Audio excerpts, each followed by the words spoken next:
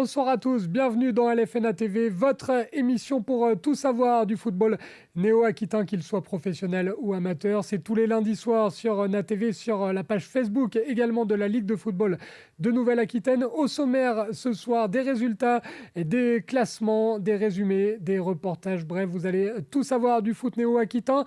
LFNA TV numéro 63, c'est parti.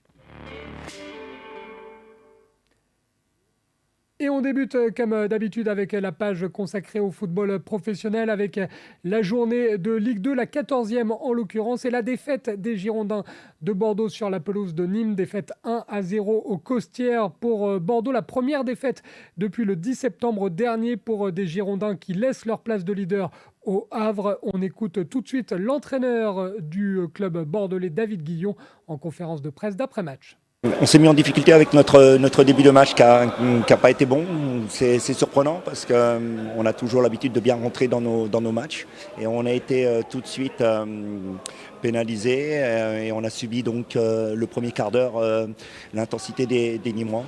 Et ensuite, il y a eu ce but. Et comme par hasard, sur ce but, on perd 2 duels. Ensuite, on a couru après le score. En première mi-temps, c'était assez monorhythme, il n'y avait pas assez d'intensité. On a essayé de régler ça à la mi-temps. On a mis du monde, on a essayé de centrer beaucoup. On n'a été pas très adroit dans les centres.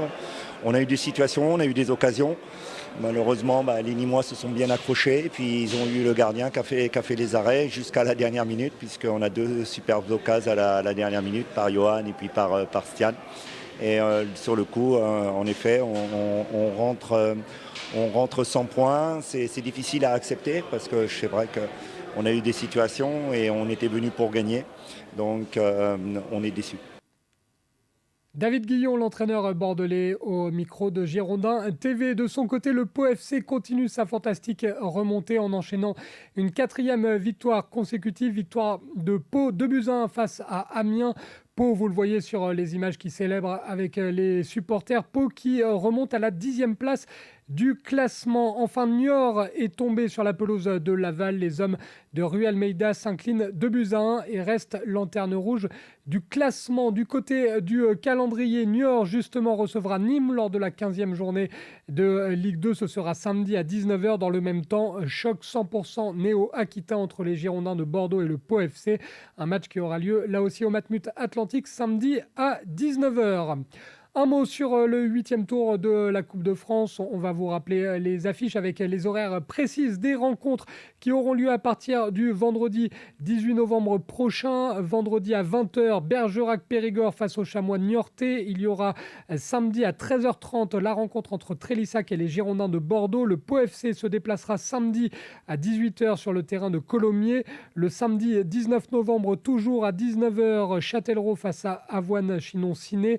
L'US Lèche Cap-Ferré face à Châteauroux, la Berrichonne donc en déplacement à Cap-Ferré. Et puis le dimanche 20 novembre, il y aura à 13h30 le Petit Poucé, l'Entente Boé-Bonne-Rencontre face au FC Aubagne. On ouvre la page consacrée au football féminin maintenant avec la 7e journée de D1 Arkema et les Girondins de Bordeaux qui ont ramené le nul 1 but partout de leur déplacement sur la pelouse du Paris FC. Soyaux, de son côté, s'est lourdement incliné à domicile face à Reims sur le score de 4-1. Conséquence au classement, Bordeaux est 7e avec 9 points, Soyaux 10e avec 4 points. Prochaine journée, ce sera le samedi 19 novembre prochain avec 2 affiches. Bordeaux, Paris Saint-Germain et Montpellier face à Soyaux. Toujours concernant le football féminin, le tirage au sort des 2 premiers tours fédéraux de la Coupe de France féminine a été effectué jeudi dernier du côté du siège de la fédération. C'était avec la sélectionneuse des Bleus, Corinne Diacre. Les clubs de Nouvelle-Aquitaine sont dans le groupe C. L'AS Mazères ou le FCE Mérignac jouera face au Portet ou au Toulouse MFC. Le CMO Bassins se déplacera sur la pelouse du Tour FC. Limoges se rendra dans la banlieue de Nantes du côté d'Orvaux. Enfin, Poitiers, Trois-Cités recevra l'AS Doméra, des matchs qui auront lieu le dimanche 20 novembre et on vous donnera évidemment tous les résultats et les qualifiés dans l'émission du lundi 21 novembre d'LFNA TV. Retour au foot masculin maintenant avec la 9e journée de National 2. Dans le groupe D, 3 rencontres intéressaient la Nouvelle-Aquitaine avec le duel entre Angoulême-Charente FC et Bergerac-Périgord. Il y avait également le FC Trélissac face au leader, le Gaulle FC. Le Stade Bordelais se déplaçait, lui, sur la pelouse de la réserve de Lorient. Enfin, on vous propose le résumé de ces 3 rencontres et c'est signé pour LFNA TV, Clément Darbieux.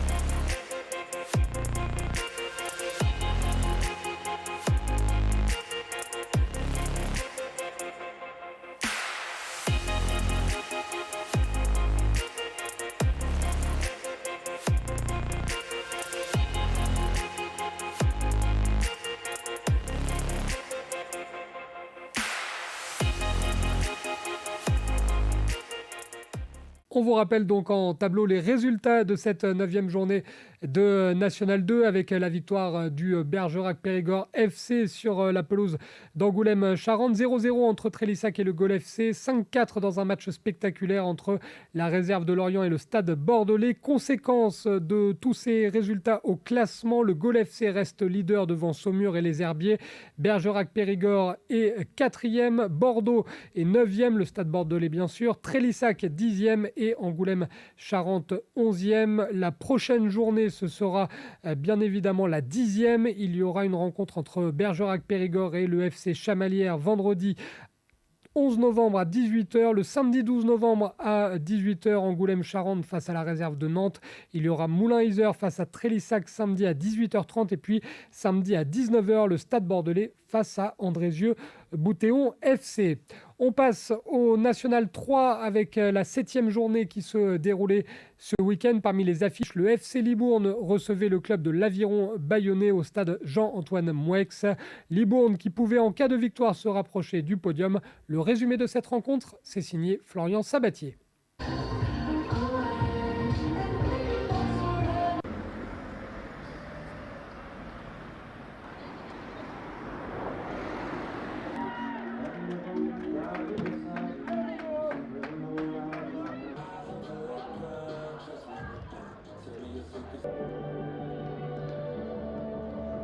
On fait hommage à Franck Valade qui n'est plus présent, il sera quand même dans les tribunes.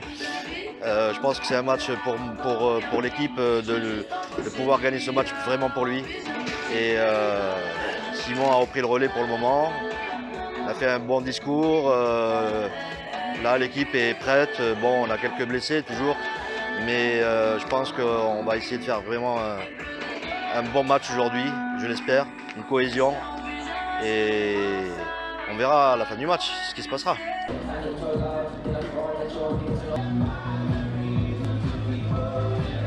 Début de cette rencontre de National 3 entre le FC Libourne et l'Aviron Bayonnais. Dès la 9e minute, ce sont les Libournais qui se mettent en évidence avec un long jeu côté gauche. Soufiane Bassa parvient à prendre le dessus sur son vis-à-vis avant de centrer fort.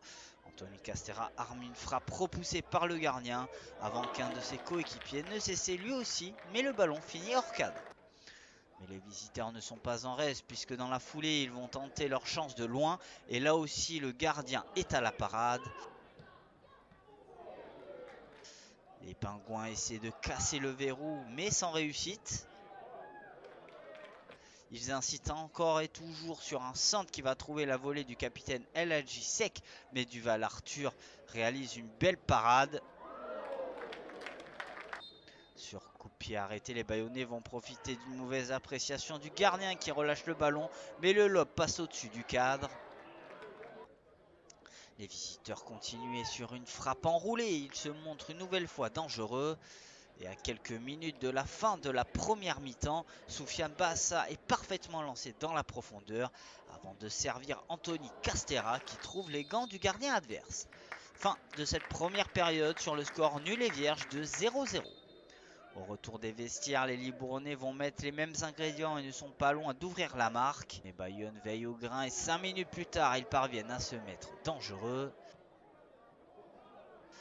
À la 70e minute, sur un long ballon, le jeu de Libourne se met en place. Le numéro 7 des Pingouins parvient à servir en retrait pour Anthony Castera qui ouvre la marque. Et n'oublie pas de saluer son ex-entraîneur Franck Valade présent en tribune. Seulement 2 minutes plus tard, les Libournais remettent ça sur un ballon récupéré très haut. El Hadji Seck va servir en retrait Soufiane Bassa qui conclut l'offrande pour le but du break 2-0. Dans les derniers instants de la partie, sur un coup franc excentré, la tête d'Anthony Castera ne passera pas loin du cadre. Fin de cette rencontre et victoire logique 2-0 du FC Libourne sur l'Aviron Bayonnais. Je ne vous cache pas que c'est des semaines particulières, c'est des semaines spéciales, sachant qu'on est tous très, très attachés à Franck. Donc il a fallu se remettre au boulot. Voilà, moi c'est mon métier, les joueurs c'est leur métier aussi pour certains. Donc on a dû se remettre au travail, vite enchaîner les séances et mettre en place quelque chose pour pouvoir ramener des points aujourd'hui. Après, il ne faut jamais s'enflammer dans le football. Là, c'est une victoire qui nous permet de se rassurer, mais Mais il ne faut pas se relâcher, il faut continuer les efforts, il faut faire des séries. Pour être en haut, il faut faire des séries. Et donc là, peut-être que c'est le début d'une série, mais surtout pas s'enflammer, être humble et continuer à travailler à l'entraînement pour enchaîner une victoire à Bordeaux. Et donc la victoire du FC Libourne face à l'Aviron Bayonnais FC 2-0, vous venez de le voir. Parmi les autres résultats, à noter le carton du CA Neuville face à la réserve des Chamois Niortais, match complètement fou. 6-3 au final pour Neuville, 4-2 pour la réserve des Girondins de Bordeaux sur le terrain de Châtellerault. 1 but partout entre les Genêts d'Anglet et le Stade Poitvin. 2-1 pour la réserve du Pau FC sur le terrain de l'US Lège Cap-Ferré. Victoire 2-0, la première de la saison pour le Stade Montois face à l'ES Guérétoise. Et puis victoire en déplacement de l'US Chauvigny 1-0 sur la pelouse de Porte-Entre-deux-Mers.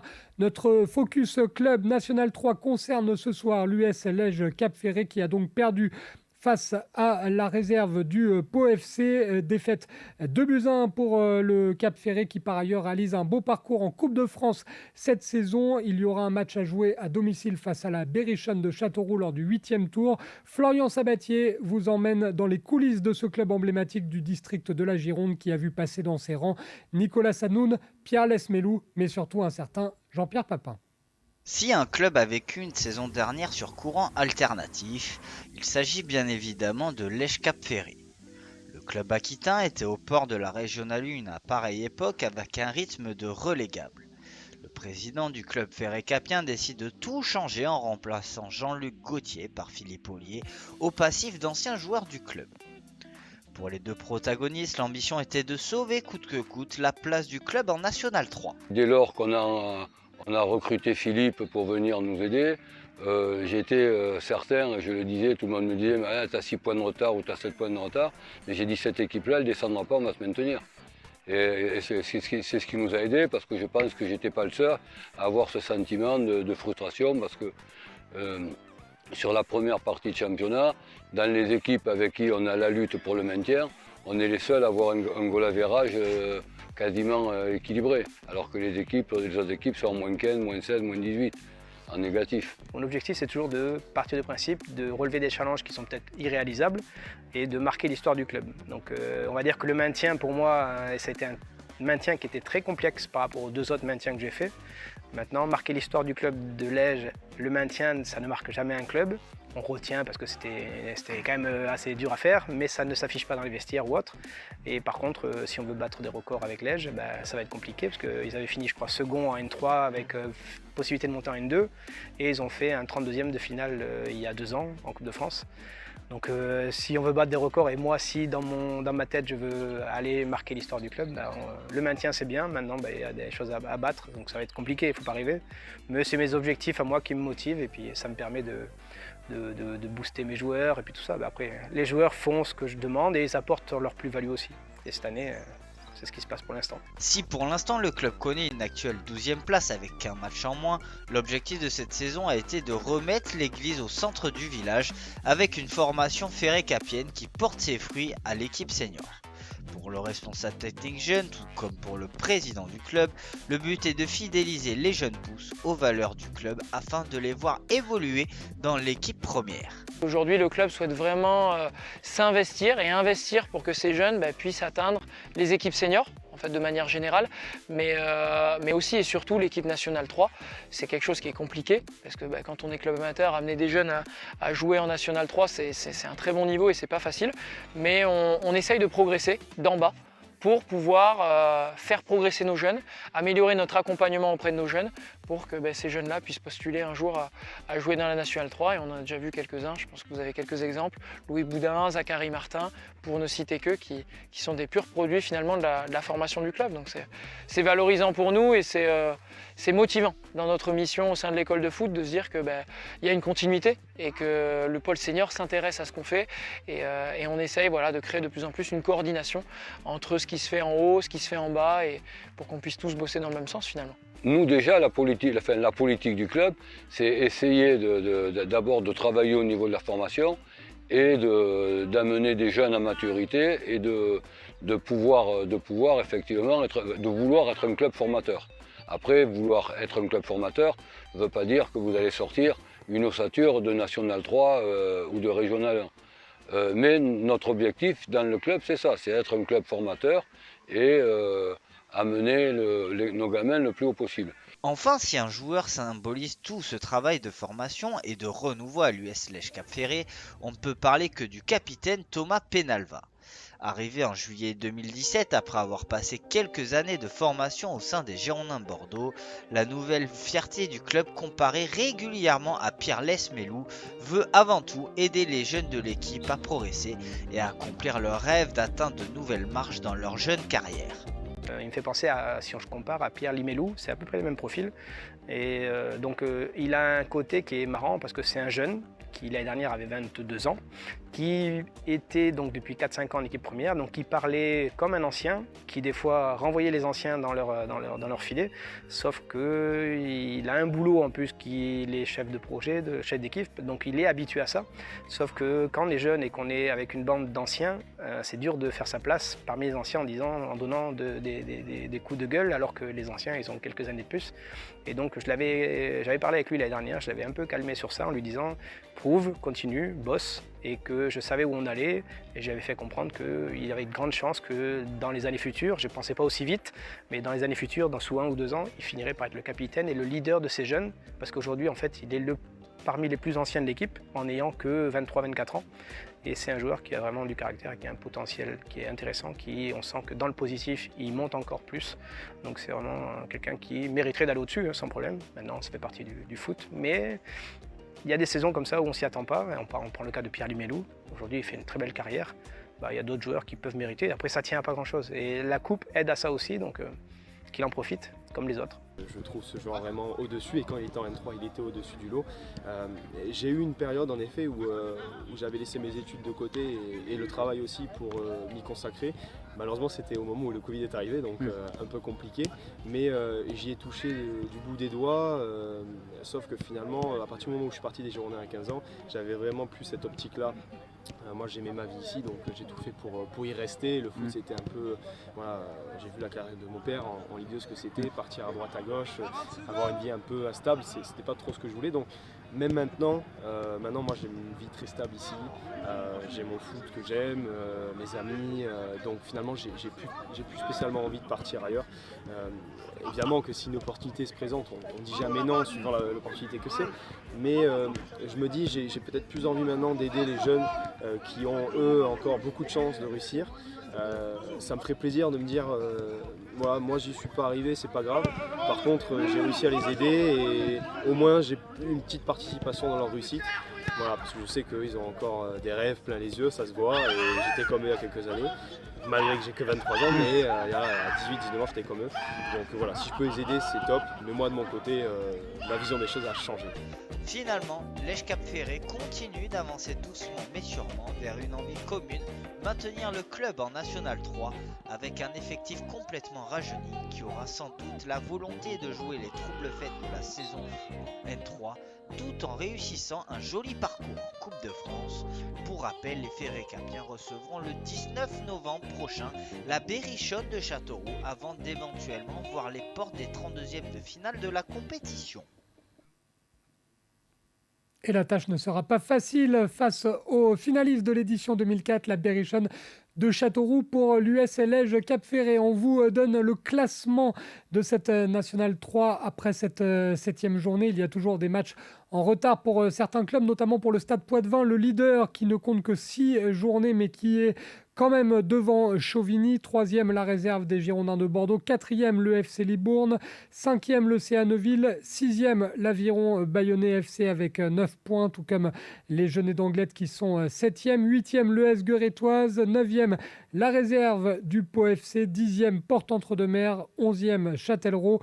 12e, l'US Lège Cap Ferré dont on vient de parler. Et puis 4 points pour les 2 derniers. La réserve des Chamois Niortais 13e et le Stade Montois 14e et Lanterne Rouge. Le Stade Montois qui, on le rappelle, vient de changer d'entraîneur avec la nomination de Fabien Labarbe, ancien entraîneur adjoint qui remplace Christophe Lopez, et le Stade Montois avec un déclic psychologique puisqu'il y a eu enfin la première victoire du club. C'était ce week-end, on l'a dit, face à l'ES Guérétoise. Le calendrier de la Nationale 3 avec la prochaine journée, la 8e En l'occurrence, le stade Poitevin recevra samedi à 18h Châtellerault. Dans le même temps, il y aura ES Guérétoise Jeunet d'Anglet, Aviron Bayonnais FC face à l'US Lège Cap Ferré. Toujours samedi, mais cette fois à 18h30, il y aura la rencontre entre le CA Neuville et le Stade Montois. Dimanche, 3 matchs à 15h avec la réserve des Girondins contre le FC Libourne, le derby donc entre les deux clubs bordelais. Il y aura la réserve du Pau FC face à Porte-Entre-deux-Mers. Enfin, la réserve des Chamois Niortais jouera face à l'US Chauvigny. On termine cette émission avec notre case reportage. Il y a notamment un premier reportage qui concerne les interdistricts. Jeudi et vendredi dernier avaient lieu du côté de Saint-Paul-les-Dax et à Puy-Moyen des journées de rencontres interdistricts catégorie U15. Des rencontres qui opposaient plusieurs sélections régionales. Quels sont les processus de sélection? Élément de réponse avec ce reportage signé Touami Nassiri.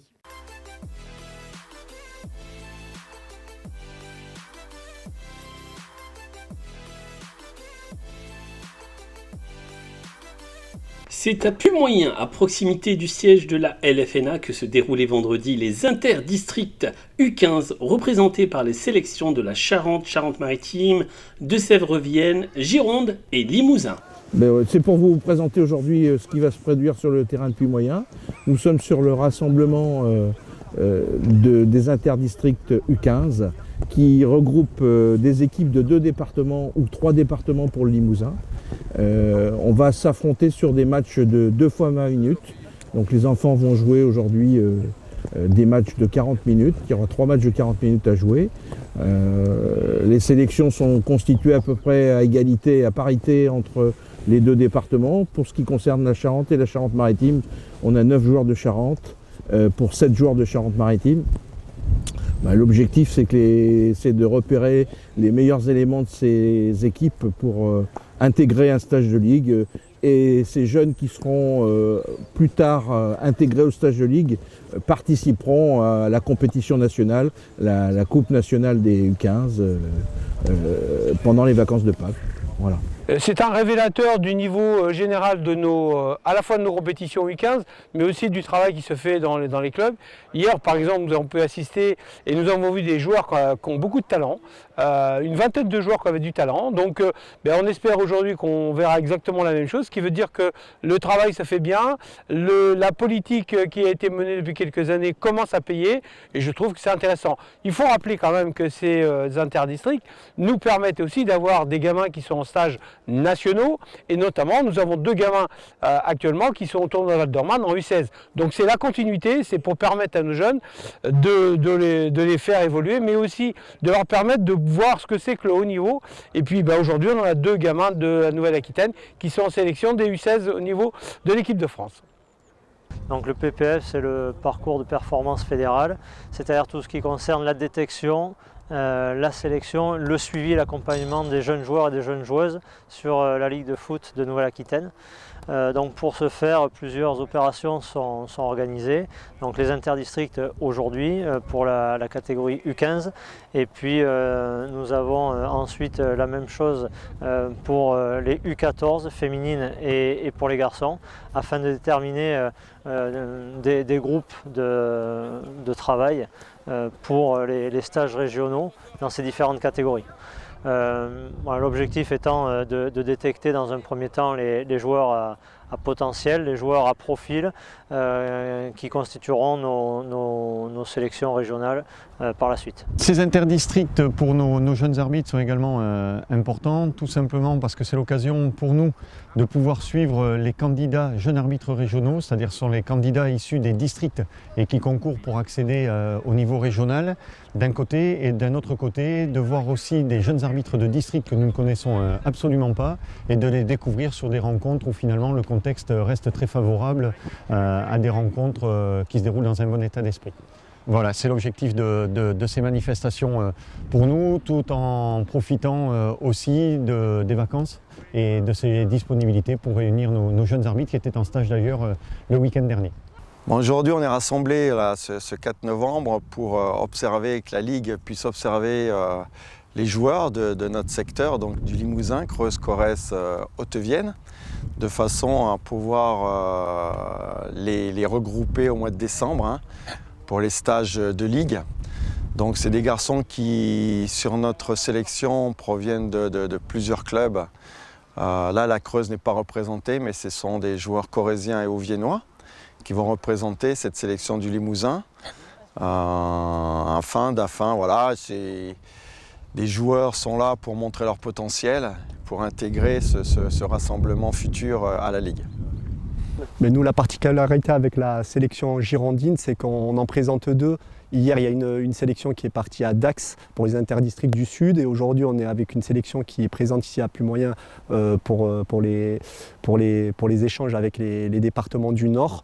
Donc en Gironde, on a la particularité d'avoir un grand département, beaucoup de joueurs. Donc on détecte plus de joueurs et l'idée, c'était de faire deux équipes assez équilibrées pour les présenter sur les deux interdistricts. Au-delà du format collectif, c'est retirer les individualités, les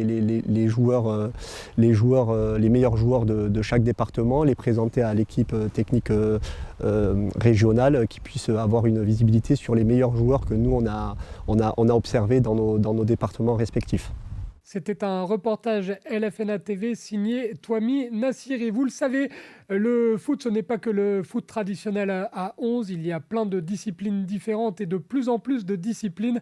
C'est le cas notamment du foot en marchant, découverte de cette pratique de plus en plus en vogue, notamment chez les seniors et les vétérans. C'est signé Florian Sabatier. À la fin du mois d'octobre se déroulait le tournoi des 6 nations concernant le football en marchant à Mérignac-Carlac. De son nom anglais Walking Football, cette discipline est une variante du football qui se pratique sur effectif réduit, 5 contre 5 ou 6 contre 6. Créée en 2011 en Angleterre, c'est une version lente du football avec des règles aménagées. Et pour les différents organisateurs de la compétition, il était important de poser les valises du football en marchant à Mérignac pour sensibiliser le Sud-Ouest à cette pratique. Alors cette idée est née dans la tête d'un Anglais que j'aimerais bien rencontrer un jour d'ailleurs, qui s'appelle John Croot, en 2011 à Chesterfield en Angleterre, qui a dit c'est quand même dommage, à 45-50 ans, on arrête tous de jouer au foot alors qu'on adore ça. Adaptons les règles du football pour que le football soit praticable par des personnes au-delà d'un certain âge, 50, 60, 70 ans. Il a édicté 3 règles essentielles: interdiction de courir, interdiction de faire des contacts dangereux, des tacles, et interdiction de monter la balle trop haut pour éviter les têtes qui peuvent être dangereuses pour les cervicales. Voilà. Après, ça se joue comme un 5 contre 5, 6 contre 6.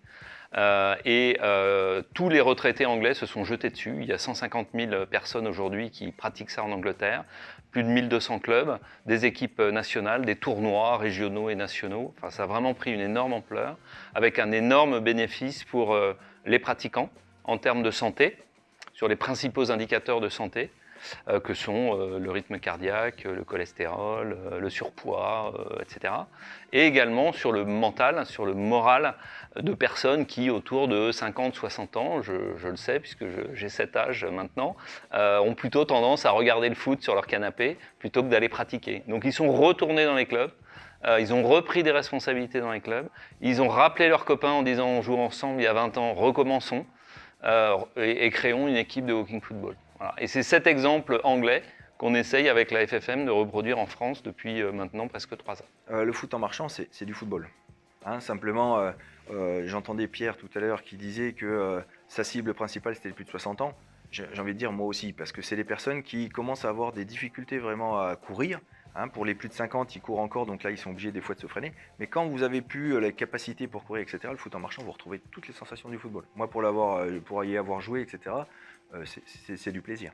Donc, je ne ferai pas cette comparaison tennis, paddle par rapport au football, foot en marchant. Pour moi, c'est une continuité et c'est la possibilité pour ceux qui ont été footballeurs ou même des nouveaux qui aimeraient jouer au foot, de s'entretenir au niveau de la santé, de continuer à avoir des relations avec les autres et puis voilà, de prendre du plaisir au niveau social, etc. Sur les infrastructures du club de Mérignac-Carlac, tout au long du week-end, les différentes équipes internationales ont pu montrer certaines pratiques aux curieux venus nombreux voir la France, l'Italie, l'Angleterre ou encore l'Irlande. Pour la présidente du club des Écureuils, il était important de réaliser cette compétition à Mérignac pour montrer qu'il y a de la place pour tout type de variantes du football. Moi-même, je m'y suis essayé il y a quelques temps avec le district de Gironde sur un dimanche matin ici. C'est perturbant quand on démarre parce que les règles sont différentes, parce qu'on a tendance à porter la balle et on ne peut pas, parce qu'on a tendance à courir et on ne peut pas. Mais j'ai trouvé ça très sympa. D'abord, c'est quelque chose de très convivial et je trouve que ça permet aux gens qui ont pratiqué cette discipline pendant des années de pouvoir continuer à la pratiquer dans un autre contexte, certes, mais avec une petite activité physique, voire une grande activité physique. Voilà, je pense qu'on ne se rend pas compte, mais jouer au foot en marchant, c'est pas... voilà, il y a quand même physiquement, enfin, je pense qu'on le verra sur vos images, mais c'est pas aussi simple que ça. Enfin, les différents acteurs du week-end nous ont expliqué pourquoi ce sport commence à prendre de l'ampleur un peu partout, et notamment en France ou en Italie. Le leitmotiv est le même pour tous, une fois qu'on a goûté au football en marchant, il est difficile de s'en défaire. C'est le but, hein, c'est à travers le travail qu'on fait depuis 2 ans avec la FFM, c'est de faire la promotion de cette pratique. Et ça se ressent de plus en plus à travers les dernières détections où en plus de 60 on est passé de 20 à 45 joueurs. Donc ça montre l'ampleur et l'engouement de la pratique depuis les dernières semaines parce qu'il y a eu le Covid et ça c'est encourageant pour le travail qu'on fournit. On a à travers les séances découvertes qu'on fait dans les clubs et puis on met en avant cette nouvelle pratique et qui intéresse de plus en plus de monde et on voit au niveau des différents districts avec qui on peut travailler qu'il y a de l'engouement, il y a de l'envie pour donner cette impulsion à de nouveaux pratiquants. Io lo dico sempre, quando uno si spoglia dai pregiudizi e prova a fare questo sport se ne innamora, perché lo puoi fare a tutte le età, è inclusivo, quindi anche se hai problemi fisici lievi, lo puoi praticare, ed è una cosa eccezionale. Yeah, very important. I mean, obviously with England, as you get older in life, you tend to think that you're going to sort of stop playing sport. People lose their wives, think that's it, my life's over. And the same with the women, they lose their husbands, they think I sit indoors all day and do nothing. No, come to walking football. It's good for the heart, good for the energy. And then people meet people. If they're lonely, they can come out and meet people and talk to people, which is important. So it's not just football, it's the whole aspect of meeting other people as well.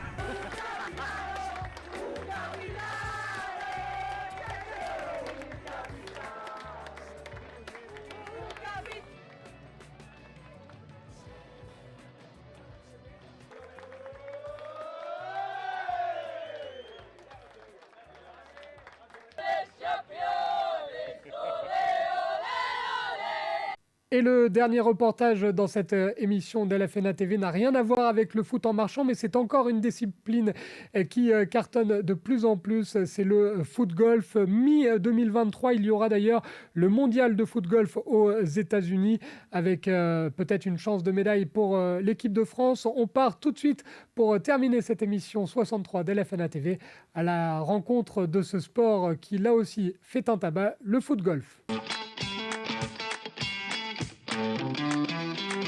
La pratique du golf-foot consiste à atteindre des cibles sur un parcours en utilisant le ballon de football et en limitant le nombre de frappes. C'est une pratique qui associe des qualités de concentration, d'adresse, de précision, mais aussi des déplacements nombreux et variés. Le golf-foot peut s'implanter partout, sur des complexes sportifs, dans des parcs, sur des sites divers, en fonction de l'environnement local. On peut pratiquer le golf-foot quel que soit son niveau technique, quelle que soit sa forme physique. C'est d'ailleurs pour cela que le golf-foot peut être considéré comme une excellente solution dans le cadre du sport santé. Le golf-foot est une pratique qui demande de la précision, il demande aussi de la force parce qu'il faut tirer loin et de la tactique. En développant des pratiques nouvelles comme le golf-foot, les clubs vont s'ouvrir de nouveaux horizons. Le club de demain doit être en capacité d'accueillir et de fidéliser tous les publics en compétition ou en loisir. le golf foot révèle une véritable puissance d'ancrage au sein de la Fédération française de foot et dessine de la meilleure façon qui soit le football loisir de demain. À vous de choisir désormais si vous préférez vous essayer au foot golf ou au foot en marchant. LFNA TV numéro 63, c'est désormais terminé. Je remercie Paul Maison-Regnault à la réalisation de cette émission, Clément Darbieux à l'édition. Une émission qui sera bien évidemment disponible en replay comme d'habitude sur les pages Facebook et YouTube de la Ligue de football de Nouvelle-Aquitaine. On se retrouve la semaine prochaine à la même heure pour les amateurs de football et pour les fans de sport en général. Restez avec nous sur NATV. Dans un instant, c'est le coup d'envoi du NASPORT Show. On va parler Route du Rhum dont le départ a été, vous le savez, un petit peu retardé en raison des conditions météo. On parlera également rugby. Je vous souhaite une très bonne soirée et n'oubliez pas, le foot, qu'il soit professionnel ou amateur, ça reste un jeu.